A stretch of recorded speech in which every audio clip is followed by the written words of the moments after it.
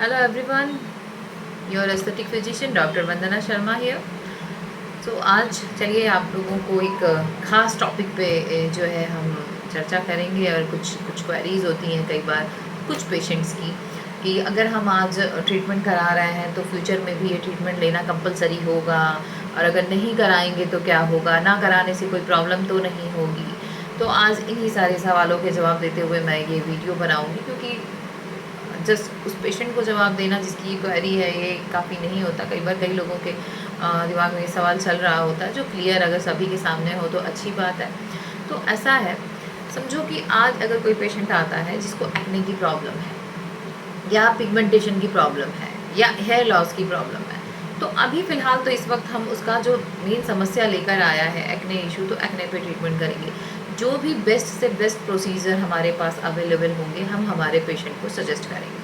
अब पेशेंट का सवाल आता है कि अगर मैं ये ट्रीटमेंट आज करा लूँ तो भविष्य में मुझे ये कराना ज़रूरी होगा, क्या ये मेरी मजबूरी हो जाएगी कि मुझे ये ट्रीटमेंट लेना ही पड़ेगा? तो नहीं, ऐसा बिल्कुल भी नहीं है। ये बिल्कुल उसी तरह है कि आपका कंसर्न कितना है आपके स्किन को लेकर। अगर आपको अच्छा दिखना है, हमेशा हेल्दी और खूबसूरत स्किन रखना है, तो आज के लिए ट्रीटमेंट से जो रिज़ल्ट आपको मिल रहा है वही खूबसूरती आप फ्यूचर में भी चाहते हो, तो ऑब्वियसली जब भी आपको समस्या होगी, because nothing is permanent in this world, आज का लिया ट्रीटमेंट 6 महीने बाद आपके काम नहीं आएगा।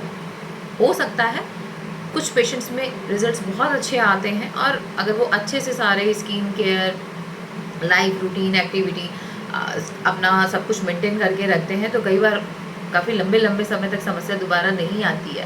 बट अगर आती है तो that is own health issue, like sometime hormonal होता है, जेनेटिक होता है, मेंटल स्ट्रेस होता है, लाइफस्टाइल चेंज होती है, मेनी थिंग्स बदलता है, एज कर रहा होता है पेशेंट, तो बढ़ती उम्र के साथ समस्याएं, हार्मोनल चेंजेस आते रहते हैं बॉडी में, तो ऑब्वियसली फ्यूचर डिमांड हो सकती है कि हम सेम समस्या के लिए दोबारा विजिट करना पड़े या ट्रीटमेंट लेना पड़े। तो अब आज के जवाब में ये कैसे बोल सकते हैं कि अगर 4 महीने बाद या 6 महीने बाद या 1 साल बाद आपको सेम ट्रीटमेंट लेना पड़ा तो मेंटेनेंस में क्या होगा?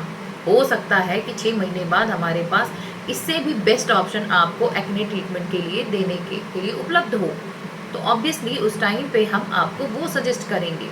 तो आज के सवाल में हम भविष्य का जवाब कैसे दे दें? यहाँ ज़िंदगी का भरोसा नहीं है। 6 महीने बाद हम क्या करेंगे? How we can talk about this? Simple, for pigmentation एक ऐसी समस्या है जो कभी कोई डॉक्टर तो कमिटमेंट नहीं करता है कि तुमको ये लगा देने से ये ख़त्म हो जाएगा, क्योंकि ये ऐसी समस्या है, जाता है आता है, जाता है आता है। ये भी एक family history, genetic problem, hormonal issue, mental statement, stress, many things होते हैं। और सन एक्सपोजर वगैरह में जाने से स्लीपलेस नाइट हो, स्ट्रेस में हो पेशेंट, उसका स्लीपिंग आवर अच्छा ना हो, कई सारे रीजंस होते हैं जो इस समस्या को और बढ़ावा दे देता है। अब कई बार ऐसा होता है कि आप 3 मंथ पिगमेंटेशन का ट्रीटमेंट ले रहे हो, कई हद तक आपका पिगमेंटेशन लेट डाउन हो गया है, but sudden one night stress हो गया, या आपकी लाइफ में कोई ऐसी एक्टिविटी जो आपको चैन से सोने ही नहीं दे रही है, या आपका सन एक्सपोजर बहुत हो गया, या आपका हेल्थ किसी वजह से ख़राब है, तो वैसे में बॉडी सफ़र करती है। फिर हार्मोनली आपका मिलेनियम स्टिमुलेशन भी बहुत स्ट्रांग हो जाता है और फिर से पिगमेंटेशन काफ़ी विजिबल हो जाता है। अब ऐसे केस में अगर पेशेंट ये सोचेगा कि अरे मैंने तो 6 महीना पहले ट्रीटमेंट लिया था, 3 महीने पहले ट्रीटमेंट लिया था, ये पिगमेंटेशन मुझे वापस से क्यों आ गया? तो ये आंसर उनके लिए है। कुछ भी परमानेंट नहीं है। अगर आप अच्छे से अपना skin care, lifestyle, mental statement सब संभालते हो तो काफ़ी हद तक, काफ़ी लंबे समय तक आप लोग अपनी समस्याओं से कह सकते हैं कि जूझोगे नहीं, या काफ़ी मिनिमाइज़ करके रख पाओगे अपनी समस्याओं को, उतना एग्रेसिव नहीं होने दोगे अपनी बॉडी, अपने स्किन पे। सेम हेयर के पेशेंट के लिए भी है। आज आपके हेयर फॉल हो रहे हैं, आज आप ट्रीटमेंट ले रहे हो, हेयर फॉल कम हो जाएगा, हेयर रीग्रोथ के प्रोसीजर्स ले रहे हो, रीग्रोथ हो जाएगा, बट फ्यूचर में जब आपकी उम्र बढ़ रही है, या कई बार कुछ पेशेंट्स में ऐसा होता है, ये प्रतिक्रिया साल में ईयर में 2 टाइम्स होती है, फेस करते हैं पेशेंट। कई बार थोड़ा लंबे लंबे डिस्टेंस के बाद ये समस्या दोबारा से आती है। तो यहाँ पर ऑब्वियसली उस टाइम पे बॉडी की डिमांड होगी कि आपको शायद न्यूट्रिशन की ज़रूरत है, आप हेयर रिलेटेड जो भी न्यूट्रिशंस है वो लेना ज़रूरी है, हेयर सीरम्स यूज़ करना ज़रूरी है, प्रोसीजर की नीड है तो प्रोसीजर ज़रूरी है, या फिर बहुत ज़्यादा लेट हो चुका है तो कई बार शायद procedure and just nutrition enough नहीं होगा, ट्रांसप्लांट वगैरह की ज़रूरत पड़े, वो उस टाइम पे वो क्राइटेरिया डिसाइड करेगा कि किस क्राइटेरिया में आप अपने डॉक्टर के पास विजिट किए हो। बट आज का सवाल कल का उत्तर कैसे देगा, भविष्य के बारे में आपको कैसे बताएगा, जो डिसाइड ही नहीं है कि आगे चल के क्या होने वाला है।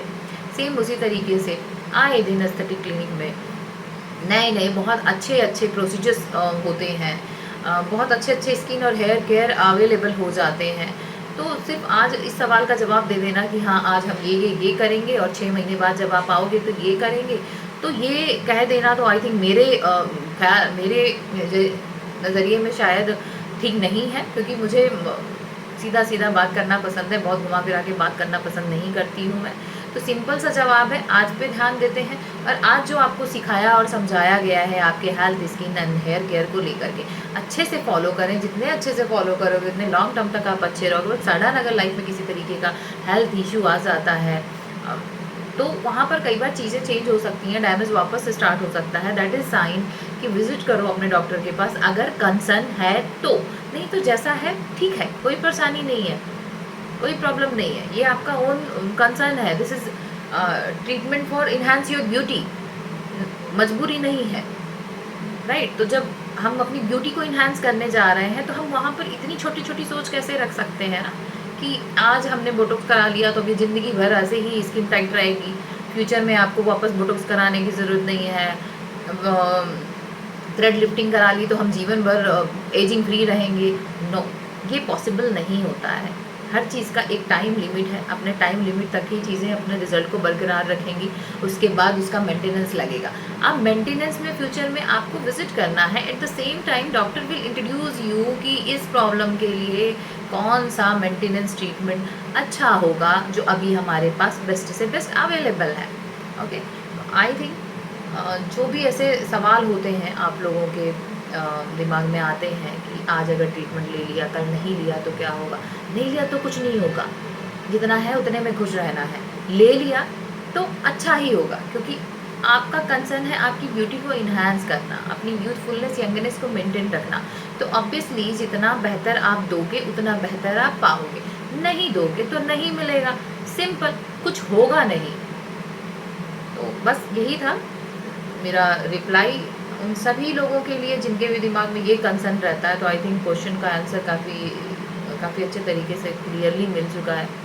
So thank you so much. ध्यान रखें इन सभी बातों का कि कुछ करने से मिलता है, ना करने से नहीं मिलेगा। और अगर फ्यूचर में मेंटेनेंस देंगे तो हम उसी ब्यूटी को और भी बेटर इन्हांस कर पाएंगे और उसको मेंटेन रख पाएंगे। सिंपल। Thank you.